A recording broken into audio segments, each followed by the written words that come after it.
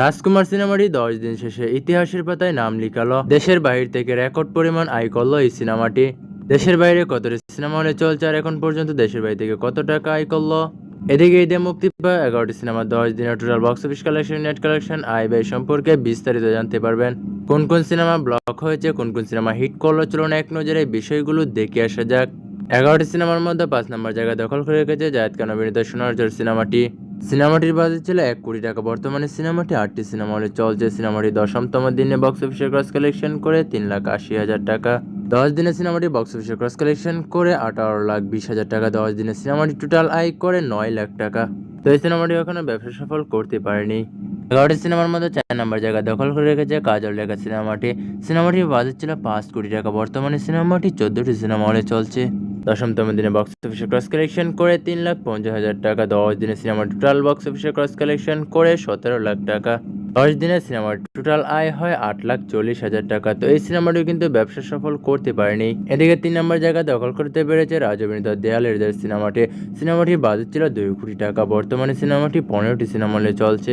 10তম দিনে বক্স অফিসে cross collection করে 4 লাখ টাকা। 10 দিনে সিনেমার টোটাল বক্স অফিসে ক্রস কালেকশন করে 19,10,000 টাকা।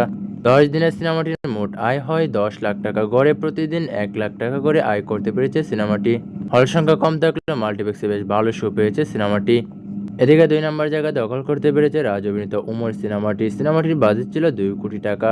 বর্তমানে সিনেমাটি 21টি সিনেমা হলে চলছে। 10তম দিনে এসে বক্স অফিসে ক্রস কালেকশন করে 5,04,000 টাকা। 10 দিনের সিনেমার টোটাল বক্স অফিসে ক্রস কালেকশন করে 28,52,000 টাকা। 10 দিনের সিনেমার টোটাল বক্স অফিসে নেট কালেকশন করে 14,10,000 টাকা। তো এই সিনেমাটি এখনো ব্যবসা সফল করতে পারেনি। বরাবরের মতো 1 নম্বর জায়গা দখল করে রেখেছে শাকিব খান অভিনীত রাজকুমার সিনেমাটি।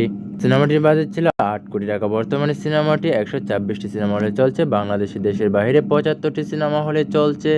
আমেরিকাতে 10তম দিনে বক্স অফিসে ক্রস কালেকশন করে 80 লাখ টাকা। 10 দিনের সিনেমাটি টোটাল বক্স অফিসে ক্রস কালেকশন করে 8,75,00,000 টাকা।